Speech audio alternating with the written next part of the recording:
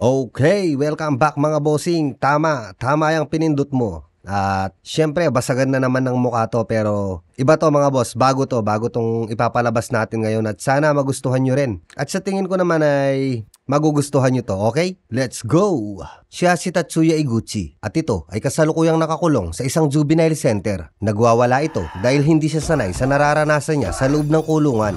Si Tatsuya Iguchi ang 5th generation leader ng Tokyo Kumae Outlaws at nabansagan ito bilang Mad Dog. Nakulong ito dahil araw-araw itong gumagawa ng gulo at nakikipag-away. Subalit isang araw, nakainkwentro nito ang mga pulis at ito ang dahilan kaya nakulong ito sa juvenile center sa edad na 17. Kahit sa loob ng juvenile center, hindi pa rin ito natuto. Patuloy pa rin itong gumagawa ng gulo kaya pinatawan ito ng solitary confinement. Ito ay parang Bartolina kung ikukumpara sa isang tunay na kulungan. At dahil minor de edad pa ito ay isa lamang kwarto, subalit bawal itong lumabas. At dito ay binigyan siya ng parusa na gumawa ng 1,000 tagak gamit ang papel. Makalipas ang 6 na buwan, lalaya na si Tatsuya Iguchi. Sinabi ng guard sa detention center na, "Huwag ka nang babalik dito ha." Sinabi ni Tatsuya na, "Hindi mo na kailangan sabihin yan. Hindi na ako babalik sa impyerno na to." Sinabi ng guard na, "Oh, huwag kang magalit. Pumapangit ka eh." Tapos ay may dumaan na 2 delinkwente. Sinabi ng mukhang roll-on na, "Mukhang kakalaya lang nito ah." Sinabi naman ng isa pa na, "Hindi ba masamang hamunin ang taong kalalaya pa lang?" Sinabi naman ng mukhang roll-on na,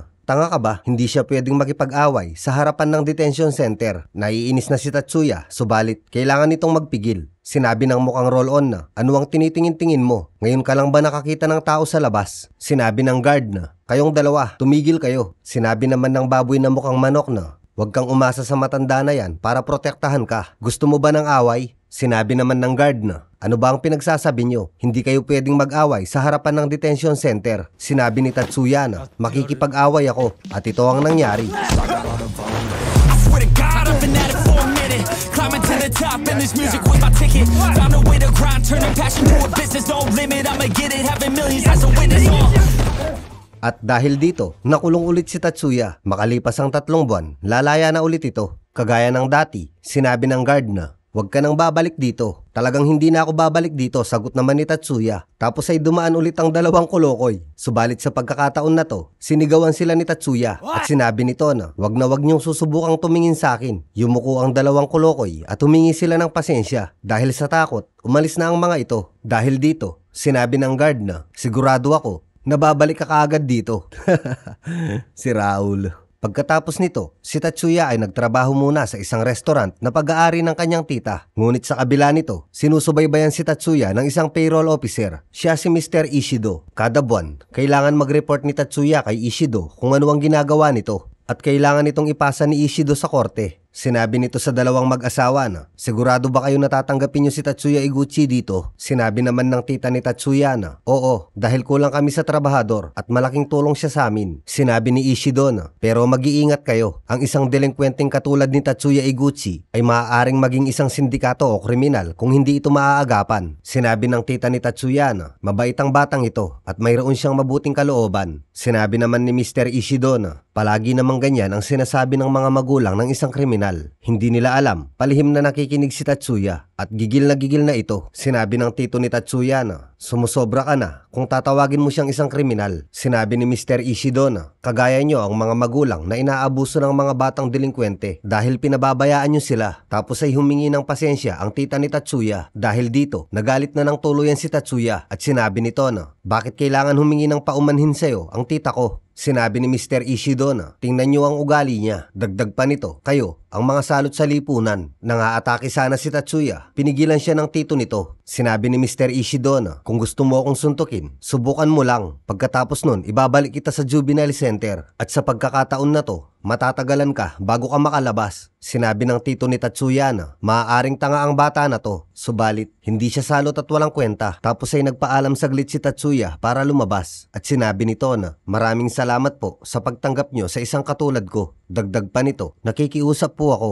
Magmula ngayon, kayo na po ang bahala sa akin." Pagkatapos nito, kinausap siya ni Mr. Ishido sa labas at sinabi nito na, Nadagdagan na naman ng isa pang tanga ang lugar ng Chiba at isa itong problema para sa akin. Kaya wag na wag mong susubukang gumawa ng gulo. At sumang-ayon naman si Tatsuya. Dagdag pa ni Mr. Ishido, wag na wag kang makikipagkita o makikipag-ugnayan sa mga tauhan mo sa kumae. At wag na wag mong tatangkain na gumawi sa kumae o sumakay ng motorsiklo. Wag na wag kang makikipag-away at maglakad ka ng nakayuko. Gumilid ka lang kapag naglalakad ka sa kalsada. Mamatsagan kita at palagi akong magpapakita sa'yo. Umaasa akong makikita kita. Sagot naman ni Tatsuya. Galit na galit si Tatsuya dahil sa dami ng ipinagbabawal ni Mr. Ishido. Kaya naman nagwawala ito at pinagbuntunan niya ng galit ang poste hanggang sa makatapak ito ng tae. Tapos ay nagsalita ang isang babae mula sa likuran at sinabi nito na, ano ang ginagawa mo sa poste? Sinabi ni Tatsuya na, hindi maganda ang mood ko ngayon. Kapag nakita ko ang pangit mong muka, baka maubos lang ang pasensya ko. Kaya umalis ka na bago pa ako lumingon. Sinabi naman ng babae na, hindi, dito ang part-time job ko. Kaya ikaw ang umalis. Nagalit si Tatsuya kaya lumingon na ito. Siya si Chihiro Minagawa. Sinabi ni Tatsuya na, ang cute mo pala. Sinabi ni Chihiro na, ano? Ako ba ang tinutukoy mo? Itigil mo na yan dahil ayaw ko sa mga delinkwente. Dahil lahat kayo ay puro mayayabang. Sinabi ni Tatsuya na, ang cute-cute mo pero nangiinis ka. Ganun pa man, hindi ako maiinis sa'yo. Sinabi naman ni Chihiro na, hindi, mukha nga ang inis na inis ka na eh. Sinabi ni Tatsuya na, tumigil ka na, umalis ka na lang, bastos na babae. Sinabi ni Chihiro na, ano ba ang sinasabi mo habang nakatapak ka sa tae ng aso? Bastos na lalaki. Sinabi ni Tatsuya na, sobrang nakakainis ka na. Ang cute mo pero nakakainis ka. Sinabi naman ni Chihiro na nakakadiri ka. Tapos ay umalis na ito. Pagkatapos nito, nakita ni Tatsuya ang isang motorsiklo. Kaya naman nilapitan niya ito. At gandang-ganda si Tatsuya sa klase ng motorsiklo na to. Tapos ay nagsalita ang isang lalaki. Siya si Abe Kaname. At sinabi nito na, bakit mo hinahawakan ng motorsiklo ko nang walang paalam? Sinabi ni Tatsuya na, nagkamali ako. Sinabi ni Kaname na, sa palagay ko, hindi sapat ang salitang nagkamali ka lang. Anong sinabi mo? Sagot naman ni Tatsuya. Sinabi ni Kaname na, gusto mo ba ng away? Tapos ay naalala ni Tatsuya ang sinabi ng kanyang tito. Natanga lang siya at hindi siya salot sa lipunan. Kaya sinabi nito na, hindi ako makikipag-away. Sinabi ni Kaname na, lumabas din ang totoo mong kulay. Umuwi ka na lang sa inyo at magpakatanga. Dahil dito, nainsulto si Tatsuya. Kaya sinabi nito na, sumunod ka sa akin. Nagtungo ang dalawa sa likuran ng convenience store. Sinabi ni Kaname na, hindi ako makapaniwala na makikipaglaban ka sa akin. Hindi ka taga dito sa Chiba. Tama ba ako? Sinabi ni Tatsuya na, bigyan mo nga ako ng sigarilyo. Sinabi ni Kaname na, minamaliit mo ba ako? Kapag nanalo ka, bibigyan kita kahit ilan pa ang gusto mo. Sinabi ni Tatsuya na, tatandaan mo yung mga sinasabi mo. At nang magsisimula na sila, sinabi ni Tatsuya na, mag-sumo wrestling tayo. Nagulat si Kaname dahil dito. Sinabi nito na, wala ka ba sa sarili mo? Bakit kailangan mag-sumo wrestling ng mga delinkwenteng katulad natin sa lugar na walang nakakakita? Sinabi ni Tatsuya na, tumahimik ka. May mga dahilan ako dahil merong nangyari sa akin. Sinabi naman ni Kaname na wala akong pakialam kung ano man ang nangyari sa'yo. Tapos ay inatake na nito si Tatsuya.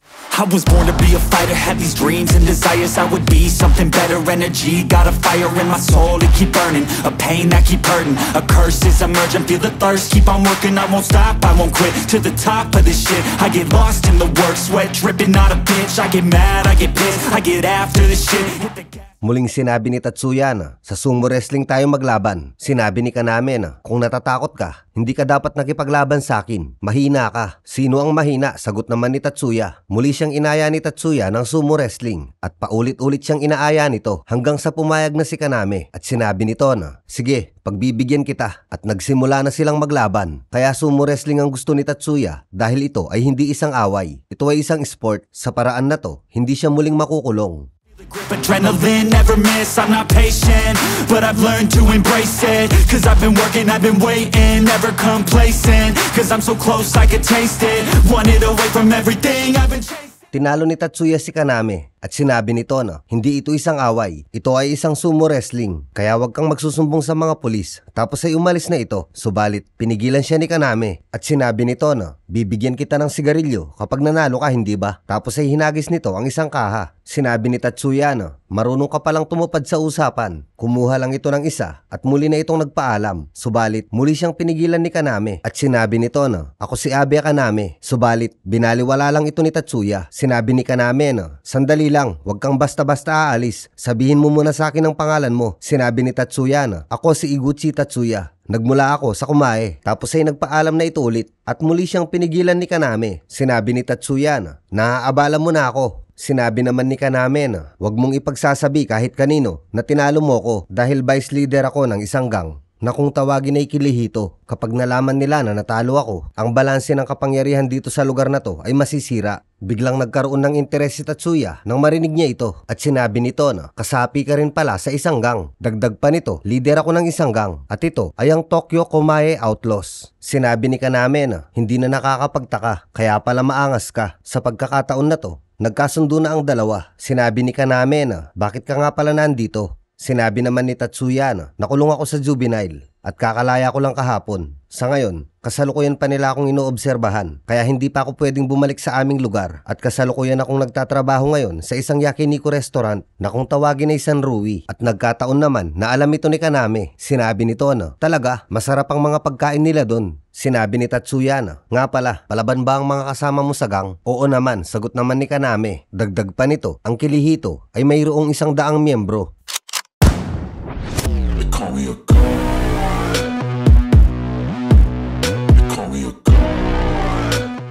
Sinabi ni Tatsuya na malakas ba ang Kirihito? Oo, sagot naman ni Kaname. Mayroon kaming 3 captain. Si Nagashima Keigo, ang Special Force Captain. Nung nasa middle school ito, ay kasali ito sa Kendo National Tournament. Kapag may hawak itong stick, kahit ako mismo, hindi ko siya kayang talunin.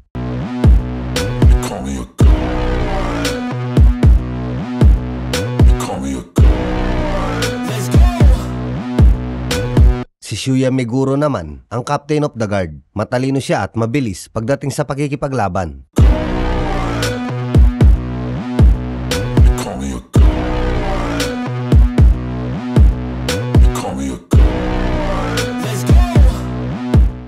Si Taguchi Masaru naman, ang Special Flying Column Captain. At siya, ang pinakamalaki sa aming lahat. Dati siyang judo club member at isa ito sa pinakamalakas sa Kirihito. I'm about to go off like a weapon. Fuel to the top, got a filled up engine. In my thoughts, obsession. I will not stop, no, I'm never second guessing. I got a God complex. Haters love to hate, but I never feel pressed. Got a lot on my plate, but I never get stressed. At ang pinakabata naman sa aming grupo ay si Sawamura Ryo at Muto Shogo. Like I'm acing this test, tear it up like I'm Jason. I see the world like it's ready for the taking. I see this place like a game I'm playing. Straight to the bank to collect my payments. No negotiations, it's my way, I was born impatient. And like a damn Freemason, I'll run this nation. You call me a god. You call me a god. You call me a god. Ako naman ang vice head at ako ang pinakamalakas sa mga nabanggit ko. You call me a god. I don't know how to stop. I just go till I drop. Whether it's working or shots, give it all that I got. You can watch me work in my element. Anyone in the way is irrelevant. You wanna cross me, cool, not intelligent. At ang leader namin ay si Tansawa Atsushi at nasa ibang level ito pagdating sa pakikipaglaban. I don't forget shit like an elephant. Go ahead and tempt me, put it on the line and you'll come up empty. If I got time, I'm deadly. Never caught off guard, no, I'm always ready. I got a hand real steady. Look me in the eye and you'll see no hesi. Kahit ilang beses pa akong ipanganak, hindi ako mananalo sa kanya at siya ang 7th generation leader ng Kirihito.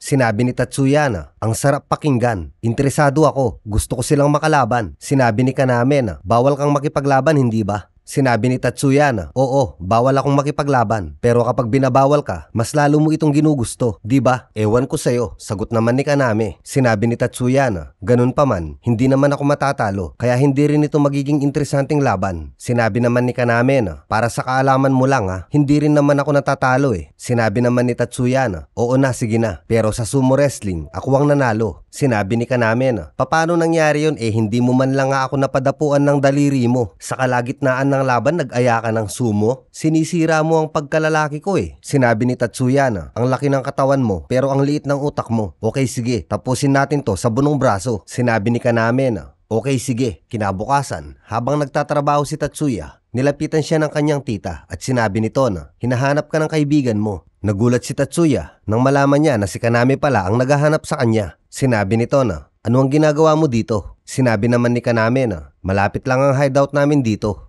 Sinabi ni Tatsuya na hindi dahilan yun para pumunta ka dito. Tapos ay dumating ang tita ni Tatsuya at sinabi nito na, kaibigan ka ni Tatsuya hindi ba? Eto, dinalhan kita ng pagkain. Nagulat si Kaname dahil dito at sinabi nito na, okay lang po ba to? Sinabi naman ng tita ni Tatsuya na, okay lang yan. Wala pa kasing kaibigan dito si Tatsuya. Nakikiusap ako sa'yo. Maging mabait ka sana sa kanya. Ako na po ang bahala sa kanya. Sagot naman ni Kaname. Tuwang-tuwa si Kaname sa hinapag sa kanya ng tita ni Tatsuya. Habang si Tatsuya naman ay inis na inis. Nakuha ni Kaname ang kalooban ng tita ni Tatsuya sa kakabola nito. Tapos ay napanood nila sa TV ang isang aksidente at may kinalaman dito ang droga. Alam kagad ni Kaname kung sino ang may pakana. Sinabi ni Tatsuya na, kilala mo sila? Sinabi naman ni Kaname na, oo, sila ang Bakurakan. Ang Bakurakan ay isang gang na gumagawa ng maraming illegal na bagay. Kasama na dito ang pagbebenta ng droga. Pagsapit ng gabi, nagmeeting ang Bakurakan dahil sa tagumpay nila sa mga illegal na gawain. Siya si Kazumasa Shimohara. Siya ang 8th generation leader ng Bakurakan at ang dalawa sa kanyang tabi ay ang kanyang dalawang nakababatang kapatid na si Kenzo at Koji. Sinabi nito na kailangan nating samantalahin ang pagkakataon na to habang mababa ang ekonomiya ng bansa dahil dito marami ang aasa sa pagbebenta ng droga. Kung desidido kayo, tutulungan ko kayong maging mayaman. Tapos ay inanunsyo nito ang may pinakamaraming benta ng droga at binigyan niya ito ng pabuya na 1 million yen. At sinabi nito na pagbutihan mo pa ang trabaho mo para sa Bakurakan. Tapos ay biglang dumating ang grupo ng neighborhood. Siya si Harukawa Junya at siya ang leader ng neighborhood. Sinabi nito na mukhang nag-e-enjoy kayo ah. Sinabi ni Kazumasa na, hindi ba't ikaw ang leader ng neighborhood? Ano ang kailangan mo? Sinabi ni Harukawa na, talagang nagse-celebrate pa kayo para sa tagumpay nyo sa pagbibenta ng droga. Sinabi ni Kazumasa na, ano ang maipaglilingkod ko sa inyo? Tapos ay iniharap nila ang isang naka-wheelchair na lalaki. Sinabi ni Harukawa na, taga Bakurakan siya hindi ba? Sinabi ni Kazumasa na, mukha nga, pero paano niya inabot ang ganitong sitwasyon? Sinabi ni Harukawa na, binangga niya ang kotse ko gamit ang kanyang motorsiklo. Sa ngayon, para sa pagpapagawa ko sa kotse ko at pagpapagamot, 1 milyong yen ang hinihingi ko sa inyo. Sinabi ni Kenzo na, mukhang maayos naman ang kondisyon mo ah. Baka bigyan kita ng totoong pinsala para magpagamot ka. Tapos ay hinampas siya ng bote ni Kazumasa. Sinabi nito na, pasensya na sa nakababata akong kapatid. Medyo spoiled kasi to, kaya mainitin ang ulo. Dagdag pa nito, kagaya ng hinihiling mo, ibibigay ko ang 1 milyong yen.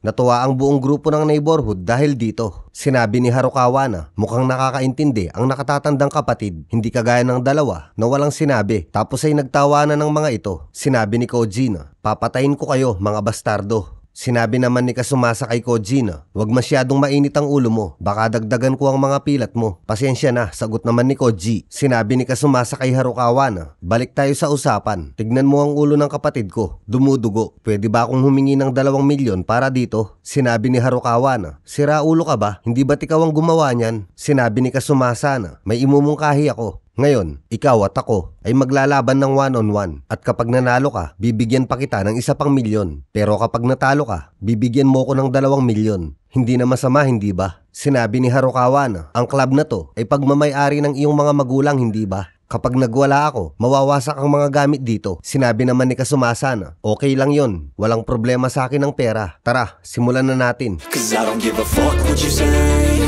Yeah, I'ma do shit my way. So you can go kick rocks, I'ma stack bricks up, build what I want to make.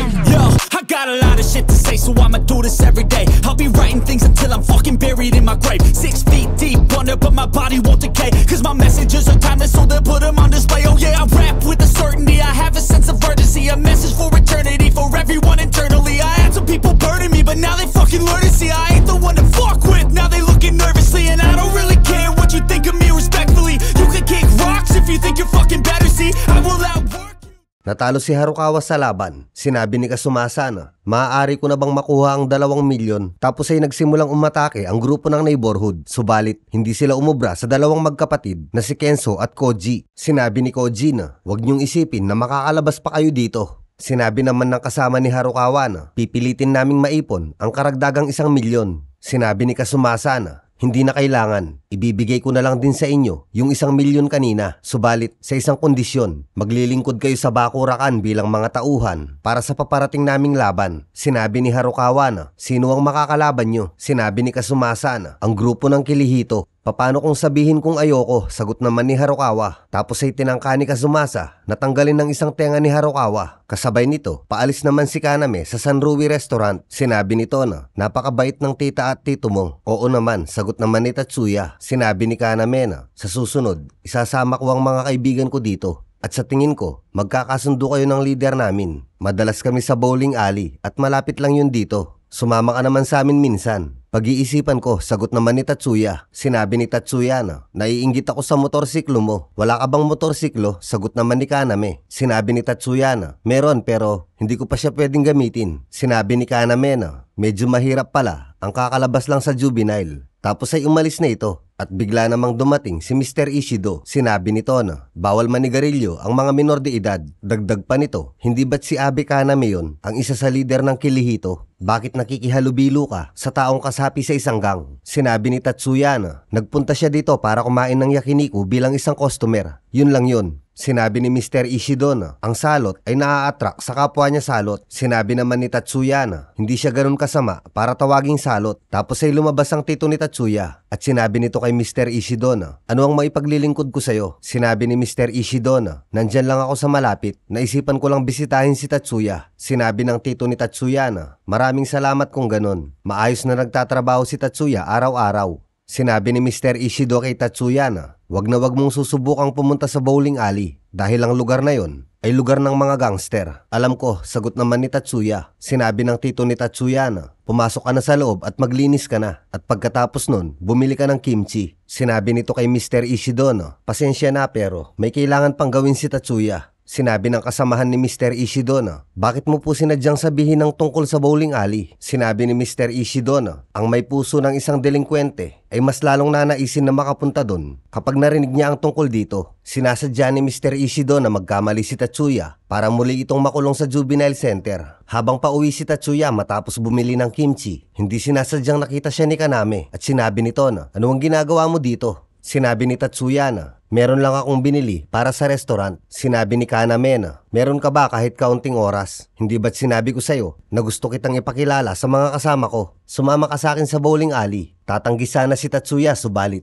Sinabi ni Kaname na, sandali lang naman tayo, sumakay ka na dito. Dahil sa motorsiklo, naakit si Tatsuya kaya sumama ito. At sinabi nito na, kung sandali lang naman, sige, sasama na ako. Pagdating nila sa bowling alley, sinabi ni Tatsuya na, hindi ba't kadalasan kapag nagkita-kita ang iba't ibang gang sa isang lugar ay nag-aaway sila kagad? Sinabi ni Kaname na, may nangyari dati dito na kung tawagin ay madwar. Sa iba't ibang bahagi ng Chiba ay mayroong 4 na gang. Ito ay ang Guro, Kirihito, Ashura at SID. Nagkaroon ng malaking gulo noon at kasangkot dito ang 4 na gang. Naging trahedya ang laban na yon at marami ang namatay. Ang bowling alley ay isa sa mga naging battleground at para hindi na lumala pa, pumirma ang 4 na gang para sa non-aggression pact. Kasabay nito sa loob ng bowling alley, nagtatalo si Ryo at ang kanyang ate. Sinabi ni Ryo sa kanyang ate na, sinabi ko na sa'yo na ang lugar na to ay para sa mga delinkwente at delikado ang lugar na to. Bakit nandito ka? Sagot naman ng ate nito, lalaki ako kaya okay lang yon. Sagot naman ni Ryo. Sinabi ng ate nito na, bakit okay lang sa mga lalaki pero sa mga babae hindi? Sinabi naman ni Shogo na, inaalala ka lang ni Ryo. Tapos ay dumating na sina Kaname at si Tatsuya. Sinabi nito na, ano ang nangyayari dito? Sinabi naman ni Shogo na, nagtatalo si Ryo at ang kanyang ate. Sinabi ni Tatsuya na, huwag kang nakikipagtalo sa isang magandang babae. Sinabi ni Shogo na, sino kang kupal ka? Sinabi ni Ryo sa kanyang ate na, kaya pinapauwi na kita dahil pag-iinteresan ka ng mga ganitong klaseng tao. Nakakainis ka, sagot naman ng ate nito. Tapos ay umalis na ito. Nagpaalam si Ryo kay Kaname para sundan muna ang kanyang ate. Sinabi ni Tatsuya na, pasensya na, susundan ko lang din muna ang ate niya. Sinabi ni Kaname na, bakit? Sira ulo ka ba? Sinabi ni Tatsuya na, kapag nakakita ka ng ganun kagandang babae, pupuntahan mo rin, hindi ba? Sinabi ni Kaname na, tumigil ka, huwag kang gagala, bitawan mo ko, sagot naman ni Tatsuya. Dagdag pa nito, ang tagal ko sa kulungan, nalayo ako sa mga babae, subalit wala akong magawa. Tapos ang kasama kong pupunta dito sa bowling alley ay isang malaking taong balbasarado lang. Sinabi ni Kaname na, ano ang ibig mong sabihin? Tapos ay biglang sumingit ang isang lalaki, siya si Keiji, at sinabi nito na, huwag kang ganyan makipag nakikipag-usap kay Kaname. Ako ba ang kinakausap mo? Sagot naman ni Tatsuya. Oo, ikaw nga, sagot naman ni Keiji. Tapos ay pinatigil ni Kaname si Keiji at sinabi nito na, kasama ko yan. Sinabi ni Keiji na, bakit ka nagsama ng mukhang lampa? Mamaliitin ka ng mga makakakita sa'yo. Tapos ay narinig ng iba pang miyembro ng Kirihito ang pagtatalo ng mga ito. Kaya naman lumapit sila. Sinabi ni Meguro kay Keiji na, ang mga gumagawa ng gulo, hindi welcome sa Kirihito. Sinabi naman ni Keiji na, wala akong pakialam sa Kirihito. Gusto ko lang maging tagasunod ni Kaname. Sinabi ni Meguro na, minamaliit mo ba ang Kirihito? Sinabi naman ni Masaru na, ililibing kita ng buhay. Subukan mo, sagot naman ni Keiji. Nagkainitan ng magkabilang panig. Subalit, inawat sila ni Kaname. Sinabi ni Tatsuya na, kung mag-aaway kayo, gawin nyo ito sa ibang lugar. At sino ka namang kupal ka? Sagot naman ni Masaru. Sinabi ni Keigo na, ano ang ginagawa nyo? Huwag kayong gumawa ng gulo dito. Sinabi ni Meguro na pinag-iinitan ni Keiji ang isang lalaking hindi naman niya kilala. Sinabi ni Keigo kay Keiji na hindi mo kinaangas ang pambubuli ng mahihina. Sino ang mahina? Sagot naman ni Tatsuya. Tapos ay dumating na din si Ryo at Shogo. Sinabi ni Ryo kay Tatsuya na bakit mo minamanyak sa tingin ang aking kapatid? Hindi ko ginawa yon. Sagot naman ni Tatsuya. Ginawa mo. Sagot naman ni Ryo. Sinabi ni Kaname na tumigil na kayo. Dagdag pa nito, nagtatrabaho siya sa isang yakiniku restaurant na kung tawagin ay Sanrui. Gigil na si Tatsuya dahil nilalait nila ito at pinagtatawanan dahil sa dala nitong kimchi. Sinabi ni Tatsuya na, lumayas kayo sa harapan ko. Under rehabilitation pa ako ngayon, kaya hindi ko kayo pwedeng sapakin mga bugok. Kaya kung ako sa inyo, lumayo-layo kayo sa akin. Sinabi ni Keiji na, minamaliit mo ba kami? Sinabi ni Masaru na, wawasakin ko ang yakiniku restaurant. Subukan mong sabihin ulit yan. Sagot naman ni Tatsuya. Sinabi ni Masaru na, pagmamay-ari yon ng matandang mukhang utot at matandang mukhang baboy, hindi ba? Kagaya ng sinabi ko, wawasakin ko yon. At ito ang nangyari.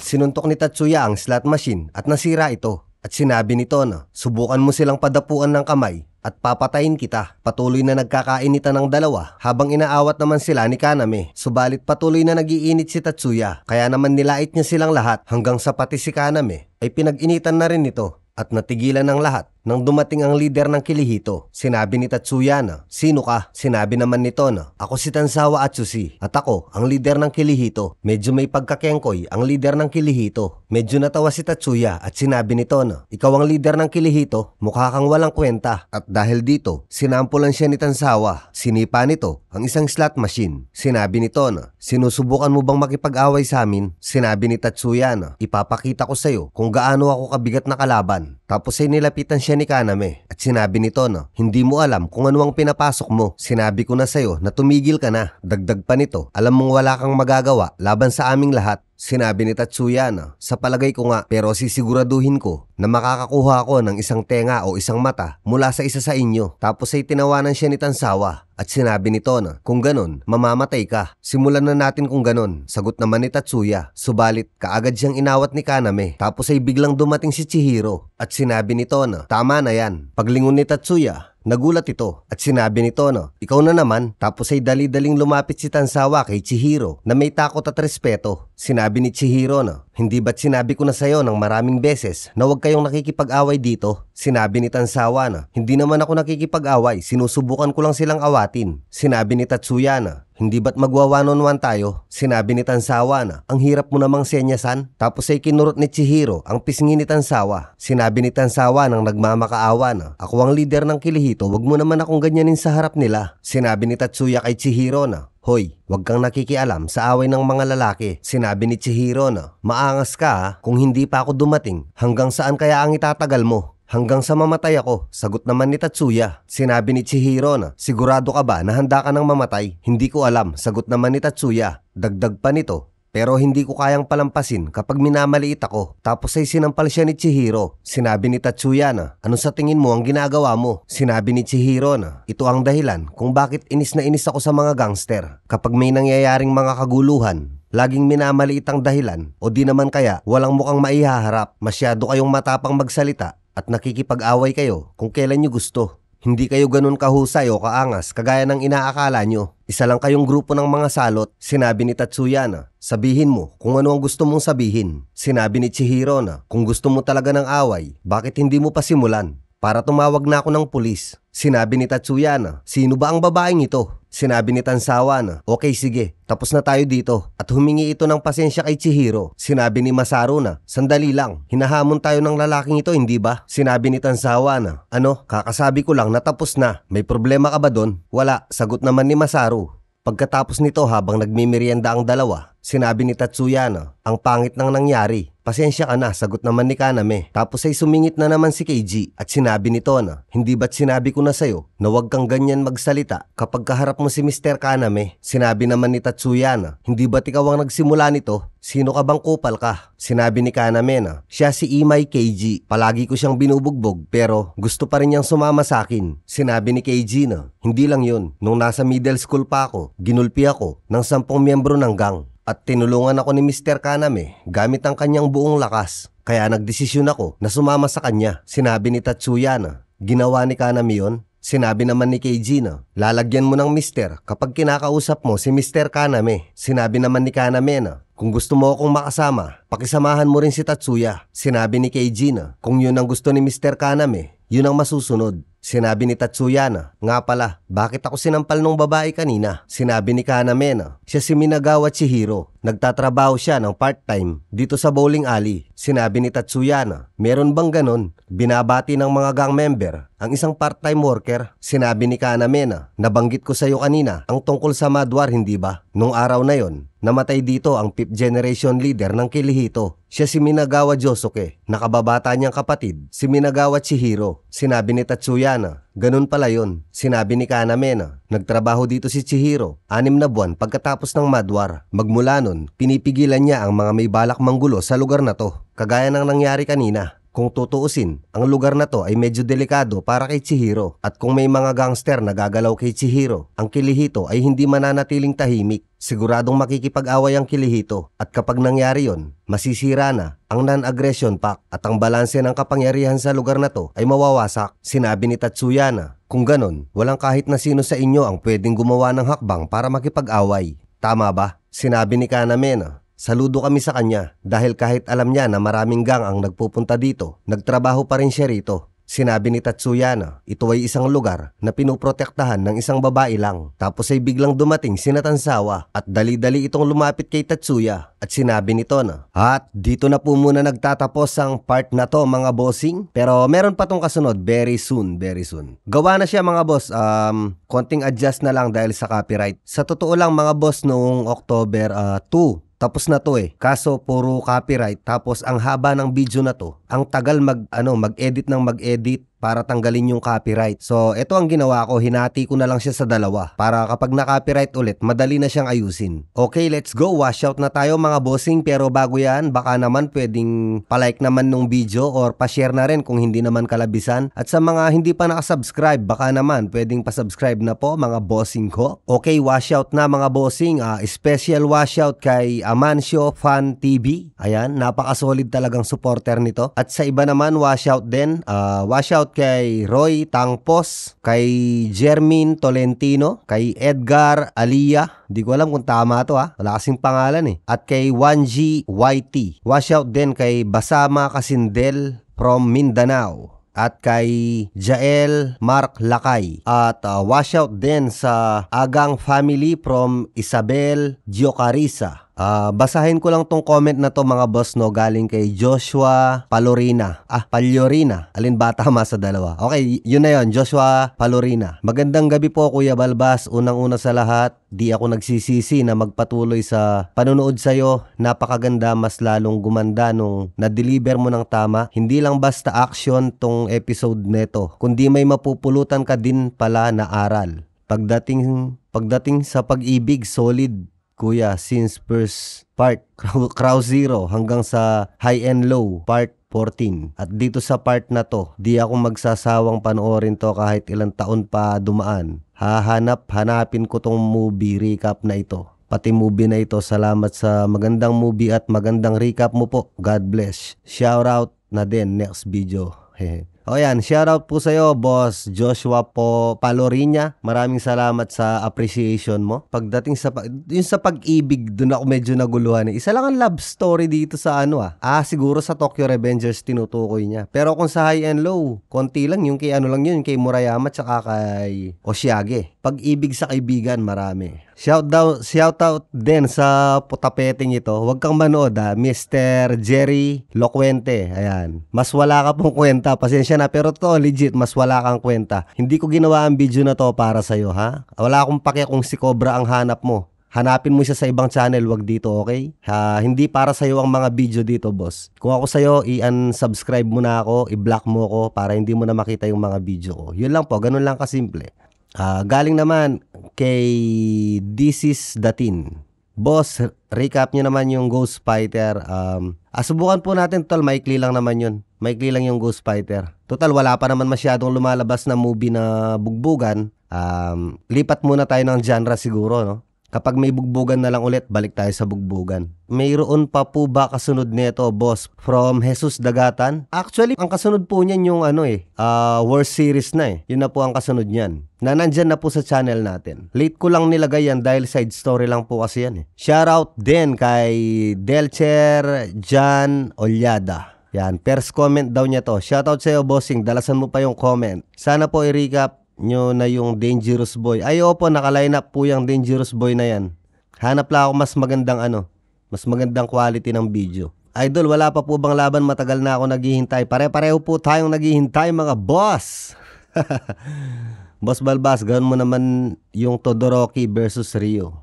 The worst. Boss, actually, naglaban na sila. Kasi hindi nga lang one-on-one, pero naglaban na sila. Naguguluhan kasi ako, ba't hindi natalo ni Todoroki si Ryo? Si Ryo po. Ba't si Fujio natalo niya si Ryo? Pero para sa'yo, sige, babanatan natin yan sa Balbas Malakas. Unahin ko lang muna yung Rindaman versus Kohaku.